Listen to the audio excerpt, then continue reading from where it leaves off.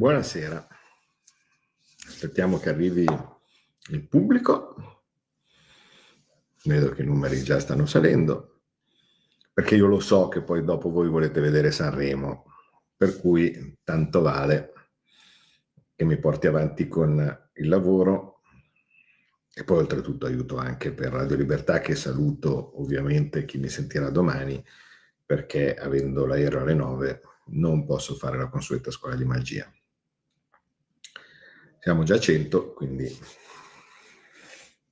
direi che la sala si è riempita rapidamente, ecco, mettiamola così. Allora, quello di cui vi voglio parlare stasera è un appuntamento importante che si è tenuto a Madrid, come avete potuto vedere, ed è il raduno dei Patrioti per l'Europa, Patriots for Europe. In questo raduno io ne ho già fatti, diciamo così, 3, in questo non sono andato perché andavano i leader e quelli del Parlamento europeo, però sono stato, e qualcuno di voi magari c'è stato anche lui, a Firenze, che è stato il primo, poi dopo a Roma, che è stato il secondo, quando è arrivato anche Vivek Ramaswamy, e poi sono stato a Parigi, dove c'è stato, diciamo, la prima riunione ufficiale dei Patriots for Europe. Si sta formando una cosa fondamentale nel momento stesso in cui noi vogliamo pensare di smantellare l'Unione Europea politicamente. Io, come dire, non prendo in considerazione, cioè l'altro giorno uno su X mi ha detto: ma come si può uscire dall'Unione Europea? Bisognerebbe parlarne. Va bene detto, figliolo, ne parliamo da circa 15 anni e come tutte le cose servono degli ingredienti. Il come, il perché ne abbiamo già parlato, abbiamo fatto anche libretti, manualetti, libri e così via. Quindi diciamo le technicalities non sono più un problema, mi verrebbe da dire, no? E non solo non sono più un problema, più passa il tempo e più diventa facile, perché quanto più ovviamente il mondo diventa a moneta virtuale, a pagamento a carta di credito e così di questo tipo, voi capite che smantellare il mostro diventa molto molto facile. Poi ci sono ovviamente tutta una serie di technicalities e di questioni relative ai contratti in essere che sono già stati discussi ad nauseam, quindi da quel lato lì diciamo il problema non c'è più. L'intervento esterno non lo valutiamo, cioè vale a dire se a un certo punto la Germania si sveglia male e dice, cosa che sarebbe molto utile, ecco, cioè sarebbe l'ideale come dai tempi del famoso manifesto di solidarietà europeo, anno 2013, tutte tappe che verranno raccontate con dovizia di particolari inediti, tutto nel mio libro che previsto in uscita per marzo, quindi ormai ci siamo, e dove appunto li troverete proprio nel dettaglio, quello che probabilmente voi volete vedere, cioè cosa è successo davvero, chi ha detto che cosa, chi ha fatto che cosa, e similari. Lo so che molto meglio di una chat, ecco, cioè adesso vanno di moda le chat dei partiti, vedeste le nostre e simili. Comunque diciamo che credo che il mio libro sarà molto meglio di una chat per chi vuol capire o vedere che cosa è successo in questi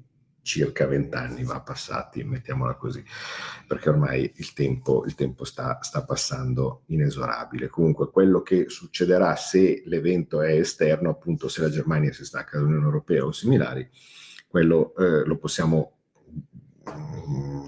gestire ma non lo possiamo controllare.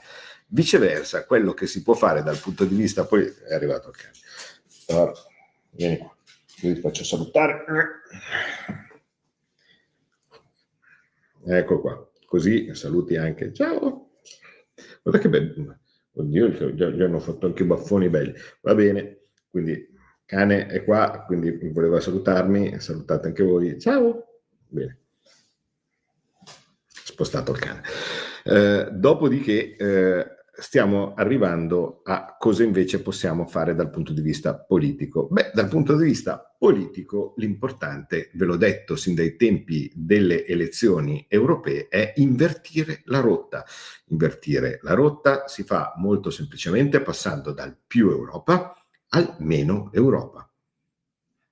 Penso che sia chiaro, dove ovviamente perché qualcuno ancora non capisce o fa finta di non capire, per meno Europa non si intende meno Europa come continente, di quello ce ne vuole di più, motivo per cui lo slogan è Make Europe Great Again, no?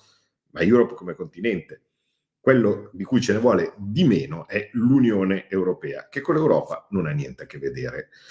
Questo mostro che è l'Unione Europea è la cosa che va smantellata, solo che spero di avervi spiegato tante volte che non è che si fa con la bacchetta magica, l'Unione Europea sparisci, blip. No, non funziona così. Bisogna cominciare a smantellarla partendo quantomeno dall'invertire la rotta, per cui dal più Europa si deve passare in modo molto, molto, molto chiaro al meno Europa. Meno Europa cosa significa? Significa meno potere sovranazionale sui singoli stati e che gli stati riprendano le loro prerogative e quindi anche le loro capacità di potere. Capite che una volta che inizia questo meccanismo, poi che gli stati riprendono le loro prerogative, anche il passaggio che riprendono le prerogative in merito alla possibilità di gestire le proprie finanze, alla sovranità e così via, in generale, di tutti gli aspetti che fanno uno Stato vero e non uno Stato vassallo, poi il passaggio sarà, come dire, in discesa, però bisogna, al momento, se non si capisce che noi fino adesso siamo sempre andati, e siamo tuttora purtroppo, perché non è che perché è arrivato Trump non c'è più la von der Leyen è ancora lì, cioè noi siamo ancora su un treno che va verso il più Europa, quindi che vorrà spingere verso un esercito comune, che vorrà spingere verso il superamento del diritto di veto, quindi superamento del principio dell'unanimità, in modo tale da poter imporre cose agli stati. Cioè in questo momento noi siamo in una situazione dove la parte più compressa della tripartizione dei poteri, vale a dire è il Parlamento, e la parte che ci rimane di manovra come Parlamento è l'ultima possibile per poter agire. Cioè io in questo momento mi sento come quelli che magari sono chiusi dentro in una nave che affonda e c'è tanta aria così, no? Ecco, noi possiamo ancora fare qualcosa, perché poi dopo è finita, no? Una volta che l'acqua è arrivata fino al soffitto, quindi possiamo ancora fare qualcosa? Sì, perché sennò altrimenti non sarei qui a combattere, ma gli spazi di manovra sono piccolissimi.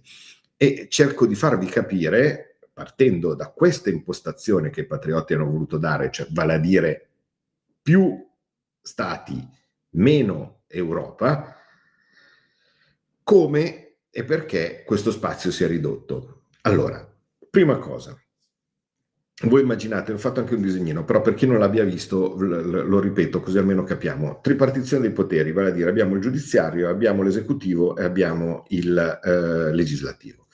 I cittadini agiscono, funzionano con quello che dovrebbe essere il cuore di questo sistema, che è il legislativo, vale a dire il Parlamento. Cioè noi eleggiamo i parlamentari, non eleggiamo il governo, quindi non eleggiamo l'esecutivo, non eleggiamo i ministri, non eleggiamo i giudici, ok? Quindi i vostri rappresentanti stanno in Parlamento, gli altri sono nominati da altri, ok? Il Parlamento dovrebbe essere cuore di tutto. Purtroppo così non è, nel senso che la nostra Costituzione aveva congegnato, invece di avere delle, in inglese si dicono dotted line, vale a dire delle linee di controllo, prendi il caso per esempio dell'esecutivo rispetto al legislativo, la linea di controllo è il voto di fiducia, cioè il governo è indipendente dal Parlamento, ma il Parlamento volendo può sfiduciarlo.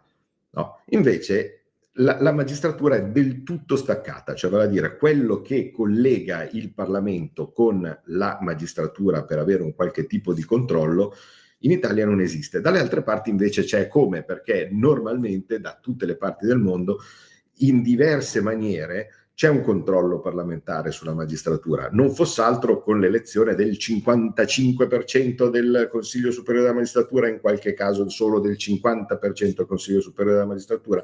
Ecco, nel nostro caso di nomina parlamentare del Consiglio Superiore della Magistratura è solo un terzo, quindi significa molto banalmente che se anche il 100% del Parlamento puntasse a dire la sua tramite il Consiglio Superiore della Magistratura, questo 100%, che oltretutto non ci sarà mai, in ogni caso sarebbe sempre una minoranza, per cui è una cosa un po' paradossale. Ma la cosa che aveva, diciamo, bilanciato questo tipo di potere,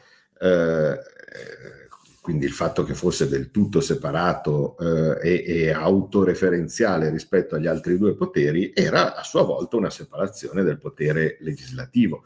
Vale a dire, grazie all'articolo 68, i parlamentari non potevano essere inquisiti, messi sotto accusa o cose di questo tipo, senza l'autorizzazione della Camera a cui appartengono. Quindi non significa immunità totale, cioè significa autorizzazione a procedere, c'è in quasi tutti i parlamenti.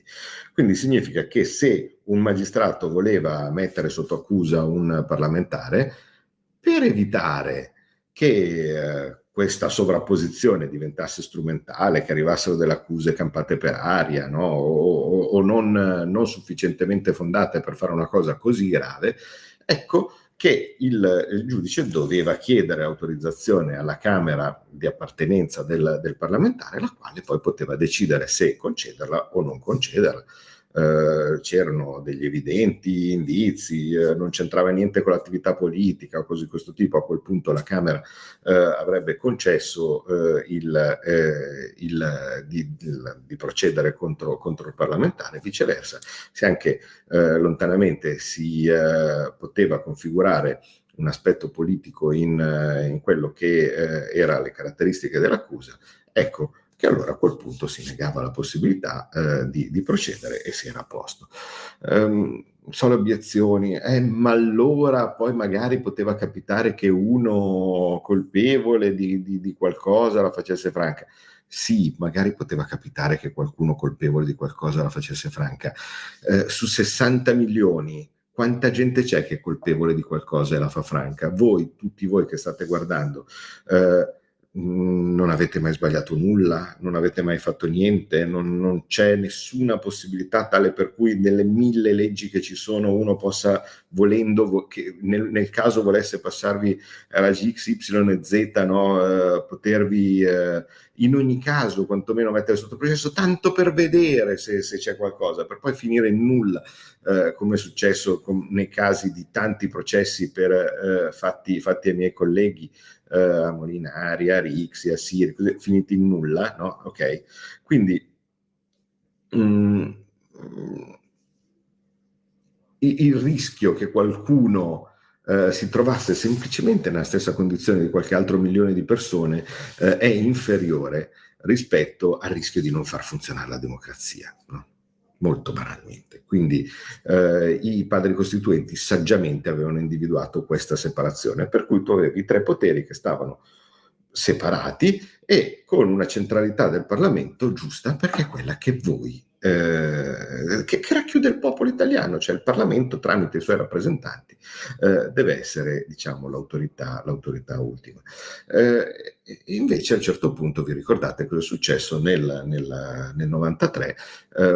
L'autorizzazione a procedere è stata cancellata, per cui da allora i magistrati hanno mano libera su qualsiasi parlamentare e possono inquisirlo per qualsiasi cosa, anche le cose più strane, più strampalate, no? Come abbiamo visto nel caso qua l'ultimo di Al-Masri, no? Cioè, una scelta assolutamente politica, e arrivano avvisi di garanzia alla Meloni, arrivano avvisi di garanzia alla insomma, avete visto come funziona.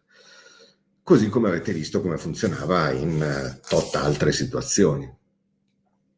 Bene, cosa succede giusto per far capire, nel momento stesso in cui tu togli con un atto di grillanza, togli potere al tuo rappresentante, nel momento stesso in cui tu indebolisci il tuo rappresentante, non è che il popolo diventa più forte. Se tu, il totale di una tripartizione deve sempre fare 100%, questo anche per le elezioni. Non è che se tu indebolisci un partito è solo quel partito che scende, salgono gli altri, motivo per cui io cerco sempre di far capire, ma guardate che quando voi chiedete o volete dare una lezione al partito X perché non ha fatto quello che voi sognavate o così questo tipo, in realtà state implicitamente e non andate a votare perché così facendo voi avreste votato quel partito lì ma non lo votate così impara. Ecco, voi state de facto votando per gli altri perché al ridursi della percentuale di quel partito salgono le percentuali del PD, del Movimento 5 Stelle, degli altri partiti, insomma, che non sono quel partito lì. Quindi del 100% della pienezza dei poteri, nel momento stesso in cui tu fai calare, indebolisci il potere legislativo, quindi quello dei cittadini, aumenta il potere esecutivo e aumenta il potere della magistratura. Nel momento stesso, come nel caso di Salvini, in cui con una scelta scellerata, semplicemente perché era cambiata la maggioranza, tu decidi, perché l'esecutivo ancora ce l'ha l'autorizzazione a procedere, ma tu decidi che il ministro deve andare a processo per aver fatto un atto chiaramente politico, quindi di governo, come era il caso di fermare le navi, allora tu stai riducendo il potere dell'esecutivo e quindi aumenta ancora il potere della magistratura. Il risultato, tu hai magistratura, potere esecutivo e potere legislativo dopo tutte queste belle operazioni. Quindi già in questo momento i vostri rappresentanti sono messi male perché si trovano sia, diciamo, sotto la spinta dell'esecutivo che effettivamente passa sufficientemente sopra il Parlamento, per un motivo semplice, perché hanno tolto l'altra guarentigia. Lo so che adesso voi vi viene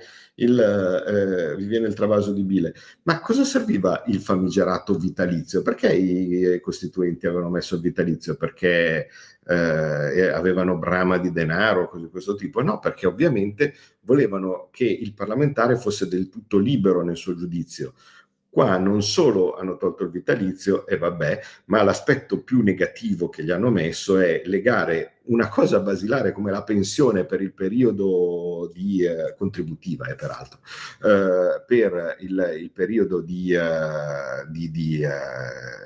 termine svolto al compimento dei 4 anni e 6 mesi di legislatura. Quindi tutti i parlamentari sanno che se non si arriva a 4 anni e 6 mesi di legislatura, tutta la pensione maturata contributiva, ripeto, per tutta la durata del termine viene fumata. Poi immaginate uno, appunto, tipo come i 5 Stelle scorsa legislatura, che magari non aveva sti gran contributi, no? Così questo tipo, e quindi diciamo l'unica pensione su cui poteva magari pensare era quella roba lì, poteva scegliere se mandare a casa Draghi a 4 anni di legislatura facendo così il bel gesto, oppure votare qualsiasi cosa, Green Pass, Blue Pass, no? Cose di questo tipo, pur di tirare Mattarella, Presidente della Repubblica, pur di riuscire ad arrivare a 4 anni e 6 mesi. Purtroppo è così, quindi queste cose hanno reso molto debole il Parlamento, perché il governo dice tu non mi voti, allora io me ne vado, così poi dopo magari si va a elezioni, no? E cavoli tuoi. Risultato, probabilmente un asservimento, diciamo così, del Parlamento all'esecutivo. Ma se sei tu legislativo asservito in parte all'esecutivo, lo sei ancora di più rispetto al giudiziario, che ovviamente può farti qualsiasi cosa e tu non puoi fare niente per reagire. Risultato finale, da questa riduzione, no? Sempre perché devi fare 100, il passaggio successivo è l'Unione Europea. Vale a dire, l'Unione Europea mette il suo nasaccio, mette le sue mani adunche, peggio di quelle di Catilina nell'affresco del Maccari al Senato, su tutti e tre i poteri. Perché ovviamente per tramite delle sue 1000 corti sparse in giro, di cui alcune appunto del tutto inutili, come la Corte Penale Internazionale o similari, piuttosto che la Corte Europea dei Diritti dell'Uomo, la Corte Europea di Giustizia, no? Cose di questo tipo, prende e si prende la sua parte del giudiziario. In cambio, qualche fortunato fra i vari giudici italiani andrà in qualche posto remuneratissimo in Unione Europea, intoccabile, bello, a fare la bella vita, ma tutti gli altri giudici si trovano ridotta la loro autonomia, perché ovviamente parte del loro potere è occupato da sentenze in giro, no, dell'Europa, che diventano sempre più importanti, sempre più invasive, sempre più pervasive della nostra vita.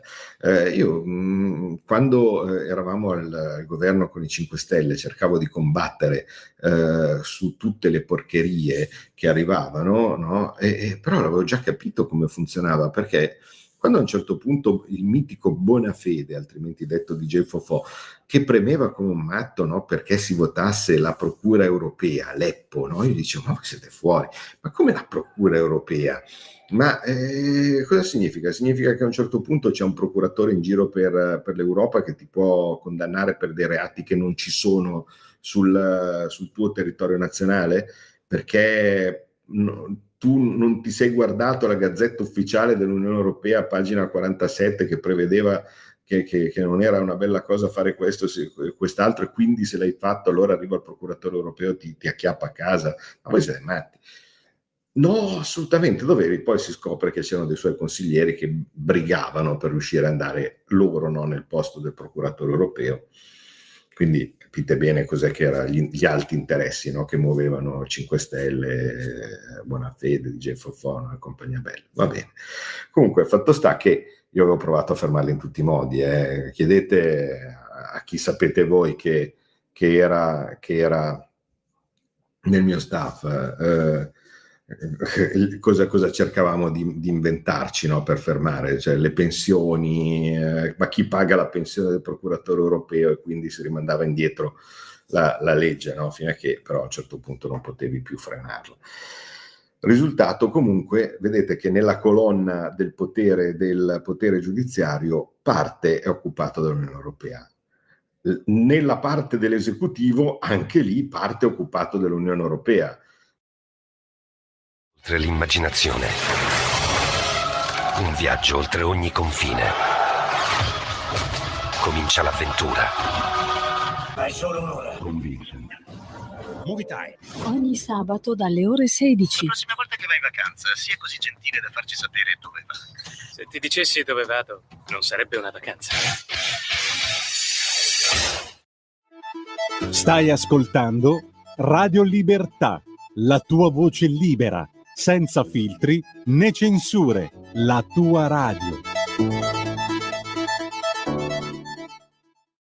Voi immaginate i regolamenti, le cose che sono già attuabili, le direttive, quello che decide la Commissione Europea, che è questa specie di sovragoverno, no? Poi dopo si va a sovrapporre anche all'attività dell'esecutivo, no? Che quindi magari prova come un matto a cercare di fare questo o quest'altro e poi sbatte sempre contro il muro, perché no, perché l'Europa perché l'Europa ce lo chiede.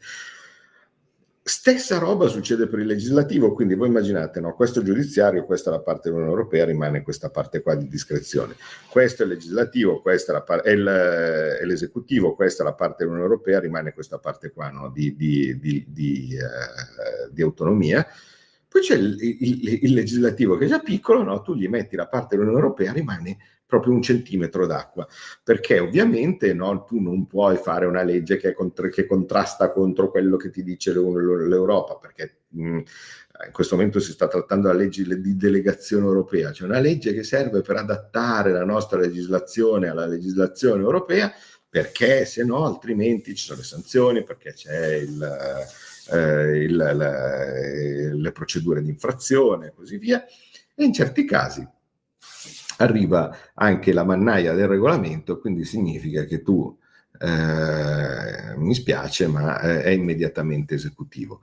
Quell'immediatamente esecutivo fa scattare i giudici, perché i giudici possono permettersi, anche se tu hai una legge che è contraria, la disapplico perché deve prevalere il diritto dell'Unione Europea, e voi capite che siamo dentro in una trappola grossa come una nassa da aragosta, e dove il legislativo ha uno spazio ormai piccolissimo, e dove bisogna assolutamente utilizzare questo mini spazio che abbiamo per riuscire a recuperare strada. Per poter fare questo, capite che quanto meno Europa c'è, quanto più ritorna a salire il livello dell'acqua, quanto più puoi utilizzare o avere spazio di manovra, e allora a quel punto vedere di venirne in parte fuori dal disastro dove siamo messi dentro. Però in questo momento stiamo curando a picco, l'aria sparisce e così via, quindi devi invertire la rotta. La prima cosa che devi fare urgente è invertire la rotta. Dove ci viene in aiuto Trump? Trump ci sta venendo in aiuto facendoci vedere come si fa, molto banalmente. Si prende e si va avanti come treni, però è ovvio che lui può farlo perché ha un sistema dove gli elettori gli hanno dato maggioranza alla Camera, maggioranza al Senato, la maggioranza della Corte Suprema se l'era già presa stabilmente nella legislatura precedente, motivo per cui difficilmente tu riesci a fare rivoluzioni nel tuo primo mandato. E infatti non c'è riuscito neanche Trump. Perché? Perché non sapeva come si faceva. Cioè lui era arrivato lì ed era un San Sebastiano, no? Colpito ogni giorno dal deep state. Quando lui diceva il deep state, c'aveva ragione. Semplicemente il deep state, vale a dire chi passa gli stipendiati, ecco, mettiamola così, no? Cioè, quindi chi quando arriva il ministro dal direttore in giù, no? Ecco, di questo tipo, lo guarda con sufficienza dicendo tu passerai e io rimarrò. Ecco, questo tipo, no, di forze lo percepivano come corpo estraneo e quindi dicevano va bene, lo seguiamo e tanti saluti. Adesso è ovvio che lui ha mano libera, perché in questo momento il Deep State vede che non c'è nessuna alternativa, vede che la forza popolare, perché alla fine è sempre il voto che vince, la forza popolare è stata così grande che non c'è stato come si chiama, far credere che la Kamala Harris era chissà una a reti unificate, che era una grande statista, non ci sono stati gli attori di Hollywood, non c'è stata Taylor Swift, non c'è un cavolo da fare, quello è. E per cui quello è, vedete che cedono tutti. Lui una volta arrivato, adesso sta facendo, come un analista molto bravo ha fatto notare, sta confondendo il sistema della macchina di propaganda, no, della sinistra, che è ancora tutto sommato intatta, seppellendola di notizie. Cioè ogni giorno c'è una cosa, no? Una volta è il Golfo dell'America, una volta è questo, una volta è l'OMS, una volta è tum tum tum tum, una volta ogni volta una cosa differente, tale per cui non si riesce a costruire la contronarrazione. Quindi lui è bravissimo in questo momento e sta anche scoprendo alcune cose non da poco. Perché il fatto che ci fosse questa agenzia, il famigerato USAID, che in modo praticamente incontrollato avesse a libro paga giornalisti, attivisti, ONG di sinistra in tutto il mondo, forse dovrebbe far preoccupare un po'. Ora, da una parte mi verrebbe da dire, potrebbe succedere da noi. No, da noi non potrebbe succedere perché siamo sotto spending review da secoli. Quindi, cioè, se proprio vogliamo trovare un aspetto positivo, no, di tutte le 100 spending review che abbiamo avuto, è che gente che dà via soldi a caso, no, non ne abbiamo più. Le abbiamo riviste negli anni in cui è stato sospeso il patto di stabilità, no? Vale a dire i famigerati 300 milioni alla Gavi Foundation dati così, no? E così questo tipo era perché non c'era più il patto di stabilità. Quindi una roba che secondo me ci sta soffocando, ma se proprio vogliamo trovare un aspetto positivo, noi di queste cose qua difficilmente ce l'abbiamo. Detto questo, è ovvio che non è che non c'è nulla il sistema delle cooperative rosse, il sistema dei contributi da una parte, dall'altra, di questo, di quest'altro, no, sicuramente c'è anche qua da noi, non è però niente di paragonabile rispetto a quello che è stato scoperchiato negli Stati Uniti. Il fatto appunto che ci fosse una macchina mondiale della propaganda, capite, se fosse la macchina mondiale della propaganda per gli Stati Uniti, vabbè, cioè, è un sistema di soft power che uno può provare a disapprovare, ma va bene.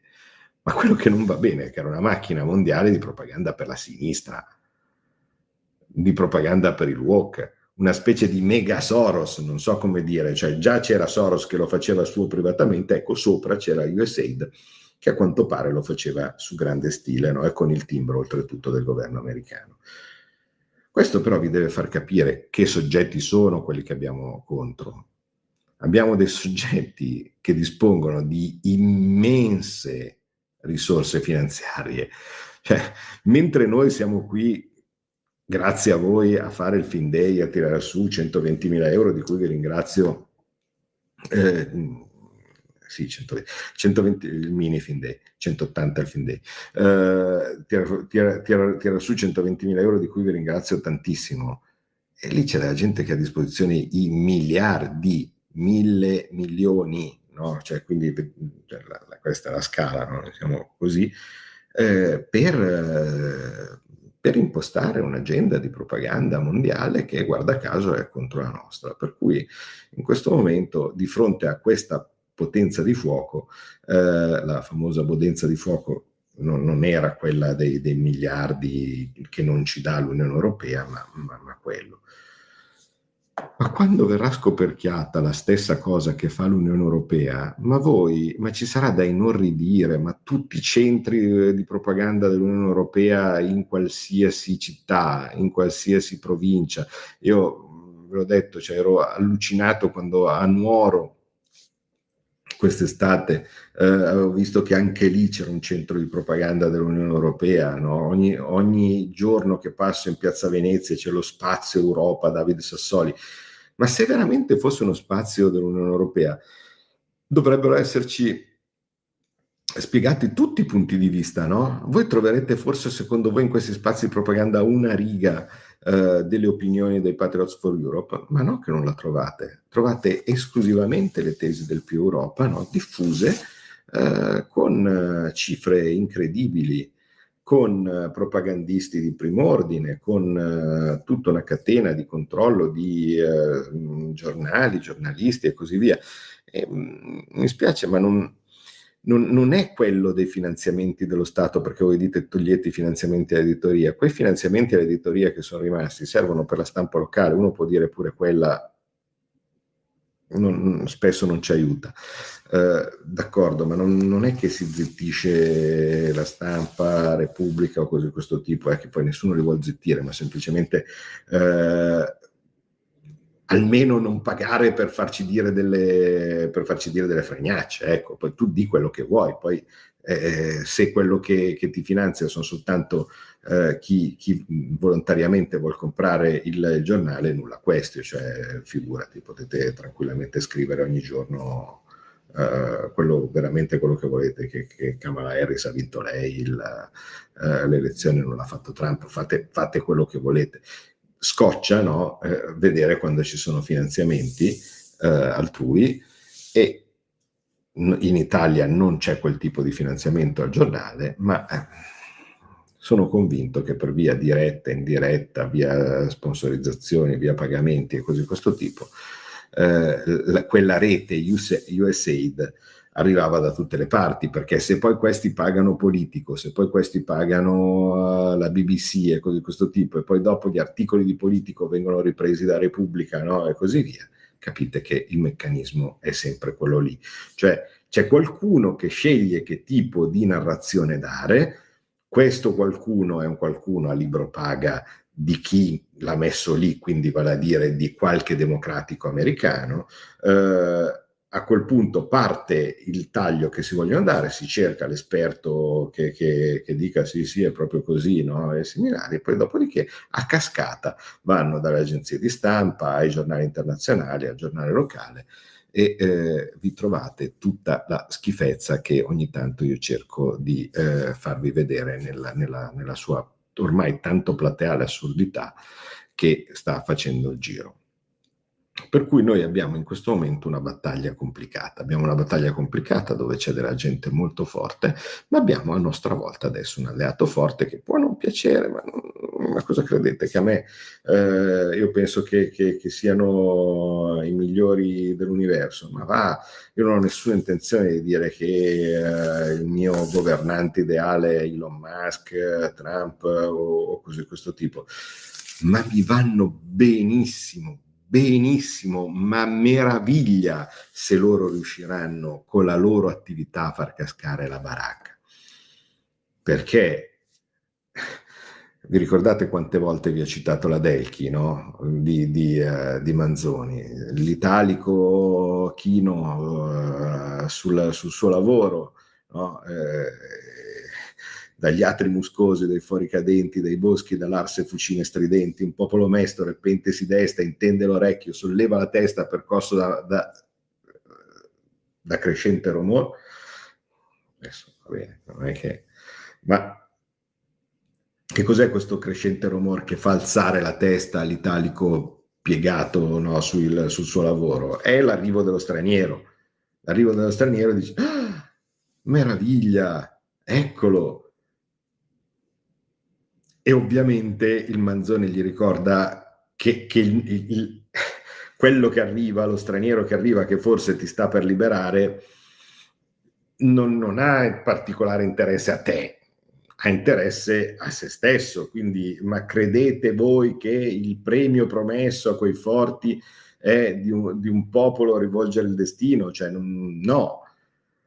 Per cui non ho nessuna aspettativa, ma è evidente che se questo arrivo da parte dello straniero mi riesce a far cascare il male che è in questo momento l'Unione Europea, va benissimo. Noi dobbiamo però essere pronti a agire con la nostra testa. Per cui calma, gesso, e l'importante è che noi si riesca ad essere forti, si riesca ad essere più forti anche degli alleati, in modo tale da poter gestire una situazione che potrebbe diventare molto delicata e di cui solo noi abbiamo in questo momento le conoscenze tecniche e pratiche, no, per poterla gestire al meglio.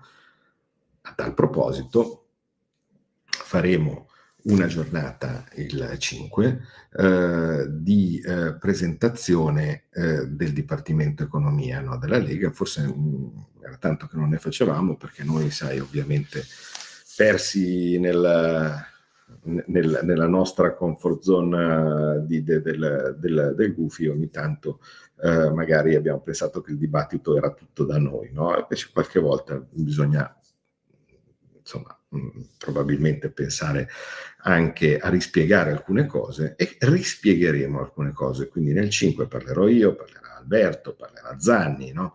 E così via.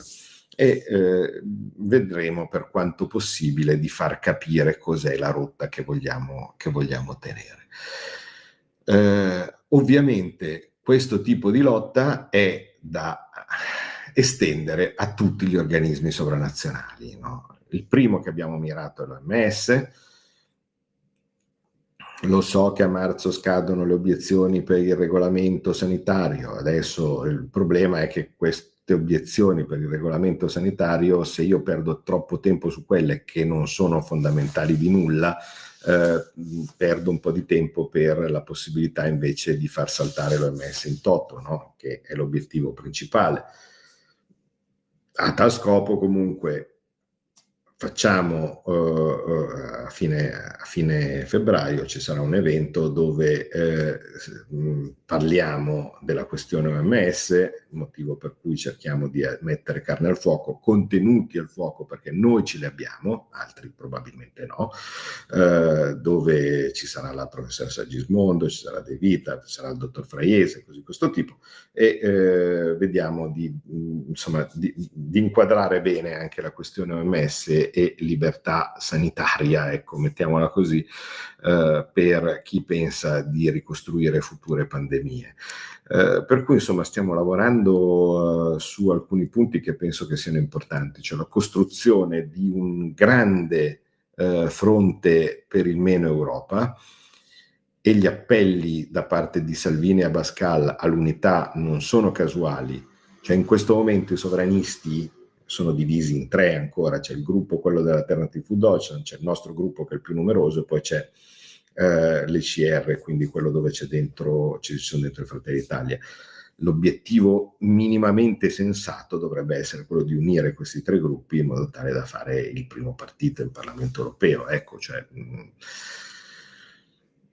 sarebbe dovuto fare già subito all'inizio, però già è stato un mezzo miracolo quello di riuscire a formare i patrioti, perché la divisione era ancora più evidente, insomma, mettiamola così. Quindi lì è stato un lavoro clamoroso di Marco Zanni, di Marco Campomenosi, di Pozzi, insomma, hanno fatto un gran lavoro, magari se si vedono poco, meno visibili rispetto ad altri, ma veramente sono stati bravissimi.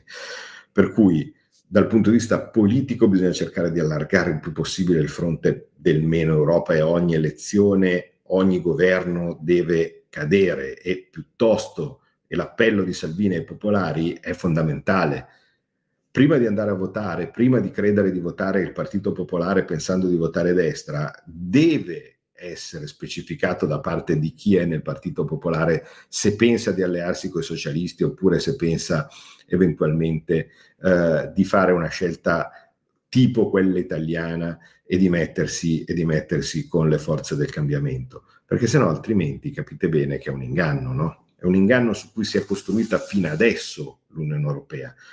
Far credere a un elettore di avere la stessa cosa, no? Cioè, per comodità si dice destra e sinistra, ma in realtà è più Europa e meno Europa, no? Dove l'alternativa del meno Europa non c'era, perché il più Europa era più Europa a destra e più Europa a sinistra. Quindi tu votavi socialisti o popolari, il risultato era che tanto alla fine questi si mettevano assieme. Quindi qualsiasi era la tua scelta che tu facevi, era sempre più Europa. Ecco, adesso c'è un'altra possibilità. Forse non siamo riusciti a farla capire ancora bene, no, durante le scorse europee, nonostante ovviamente i numeri siano cresciuti molto, ma adesso mi sembra che in quasi tutte le nazioni la cosa si stia, diciamo, rendendo chiara, e Trump sta aiutando molto in questo, perché sta mostrando che è possibile fare una cosa differente. L'alternativa è possibile, c'è, e in questo caso è quella che ti danno i patrioti. Voi capite l'enormità della sfida, voi capite quanto è importante ormai riuscire a ragionare per essere in grado di fare le maggioranze. Capite anche quanto è inutile ragionare sul diritto di tribuna, sul partitino, su uno solo che dice che gli racconta le cose la mattina, poi dopo è finito lì al pomeriggio a bersi la spremuta. Non serve a nulla. Cioè in questo momento stiamo ragionando su macro aggregati che possono riuscire a cambiare veramente gli equilibri da tutte le parti. È una sfida importante, è una sfida che sta andando su tanti livelli. Vedete, ripristino dell'articolo 68 in modo tale da riequilibrare il peso fra i poteri e aumentare il vostro potere in quanto elettori del Parlamento, in modo tale da avere più potere, quindi aumenti quella tuo margine di manovra. Riduzione del potere dell'Unione Europea in modo tale da aumentare ancora il margine di manovra. Riduzione e lotta contro gli organismi sovranazionali in modo tale da aumentare ancora il margine di manovra. Questa è politica, questa è una direzione politica. Io sono felice perché dopo tanto tempo di sbandamento, dopo un enorme lavoro fatto a tutti i livelli, siamo riusciti a riportare quello che si fa su una direzione politica chiara. È questa qui. E tutto torna, anche nel momento, anche le cose che sembrano non correlate, come la rottamazione delle cartelle, cioè il fatto che si prema, no, per avere una rottamazione 120 rate tutte uguali, tutto il progresso, no, e così via, è un chiudere con il passato, evitare di tenere dei cittadini che siano costantemente sotto la minaccia, sotto l'incubo, no? Perché è gente che ha dichiarato tutto, a un certo punto sono successi disastri che immaginate, il Covid, cose di questo tipo, il seminario non è più riuscito a pagare, dopodiché l'incubo. Ecco, così facendo ci si mette in pari, non è che non si paga, cioè non è il condono, si paga, ma si paga in una maniera accettabile, gestibile, no? In modo tale da poter ritornare a vivere. Per cui tutto è congegnato in modo tale da aumentare lo spazio di manovra del cittadino e dei suoi rappresentanti per ritornare a essere normali. Poi normali significa che ci saranno lo stesso, quelli più fortunati, quelli meno fortunati, quelli più felici, quelli meno felici, ma almeno si ritorna a avere la possibilità di essere liberi, perché sennò altrimenti, una volta finito lo spazio di manovra, voi capite che andata la democrazia rimane soltanto da baciare lo stivale, e in questo caso manco lo stivale abbiamo la scarpa lurida della Lagarde piuttosto che della von der Leyen, e io sinceramente non sono fatto per questo, cioè io voglio essere libero e mi auguro che voi siate con me come siete sempre stati fino adesso, che mi diate sempre più forza per cercare di arrivare all'obiettivo, che è la libertà.